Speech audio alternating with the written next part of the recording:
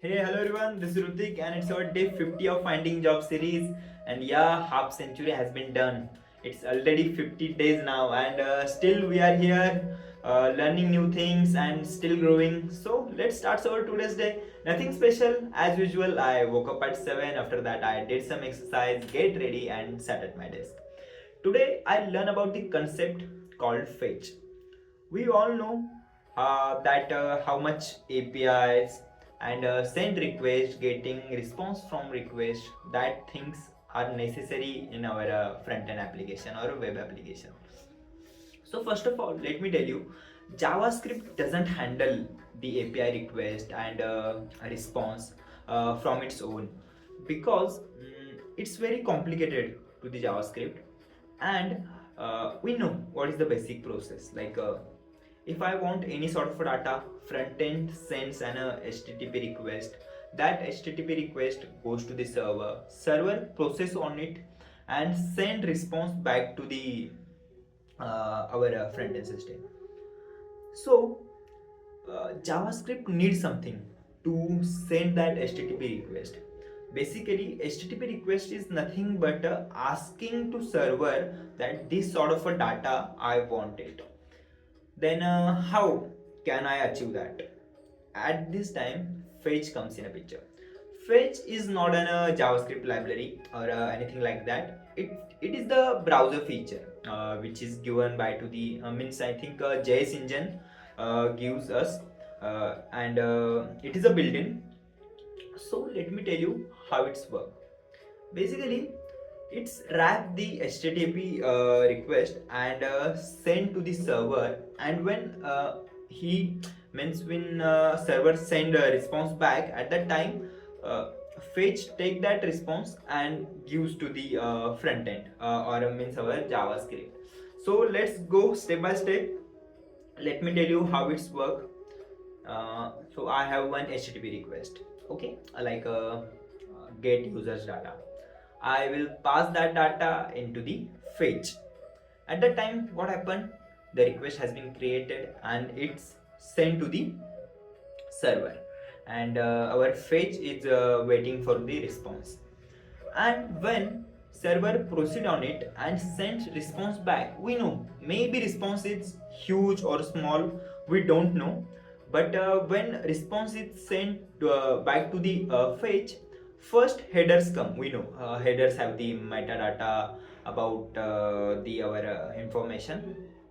So it's come, and when header receives, our promise get fulfilled or resolved, because we know we use the promise for the fetch, and when only headers get our promise get fulfilled, it doesn't wait for the whole body to come, the whole response to come. It's fulfilled or it's resolved instantly when a header receive.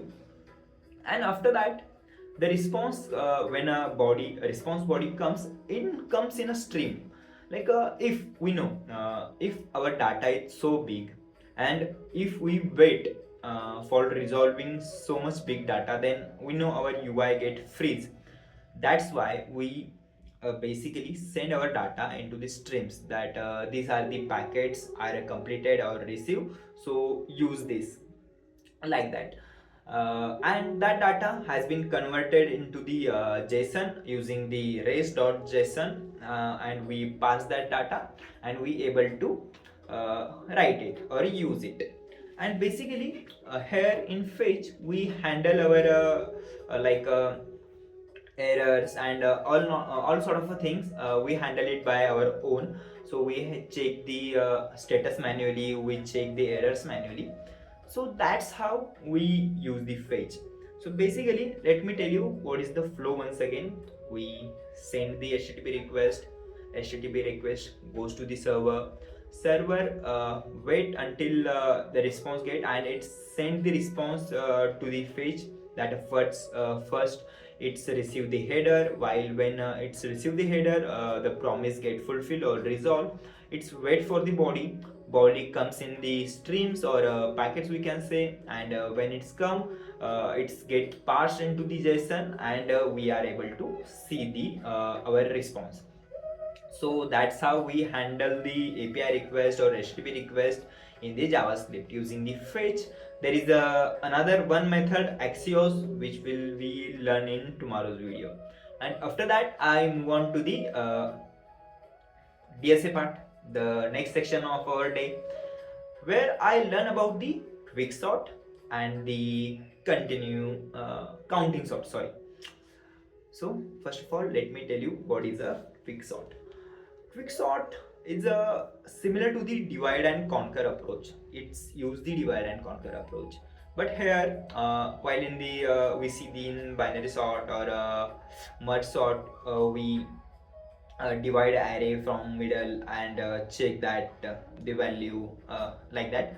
So here we select one pivot value, any random pivot value, and we send that pivot value to correct place. So that's how we sort our whole array. We send that pivot value to correct place, and now we have the two arrays, the right side and left side. The again we do the same process with the each element. So that's how the quick sort work. The name is quick sort, but it's not that quick. It's means it's based time complexity is a n log n, and worst is about n square, so it's not that quick, but yeah, sometime maybe.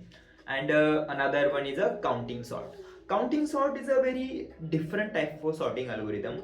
In sorting algorithm, we basically compare two values. So if this value is less than this, then move toward the left or move toward the right. But in counting, the game was different.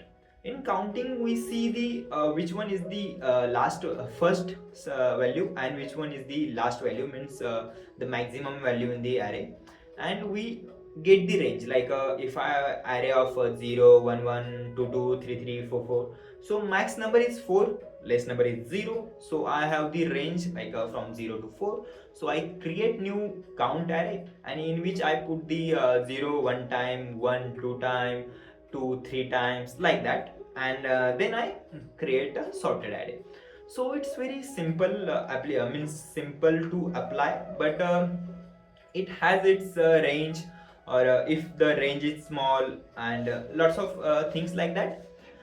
So it has its own limitation, but in some cases the counting array will be very useful. After that I had my lunch.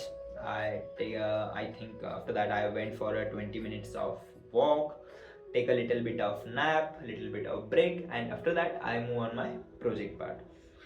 Today I learning about the how we can implement the payment system, or how can we use the APIs, like the how can I store the my data into the cloud. So I figuring out that things, I'm learning about it. So I didn't means use this concept in my project, but yeah, I'm learning about it, so I will try to implement it as soon as possible. After that I solve some problems, some coding problems around the pattern, and today I complete the pattern section.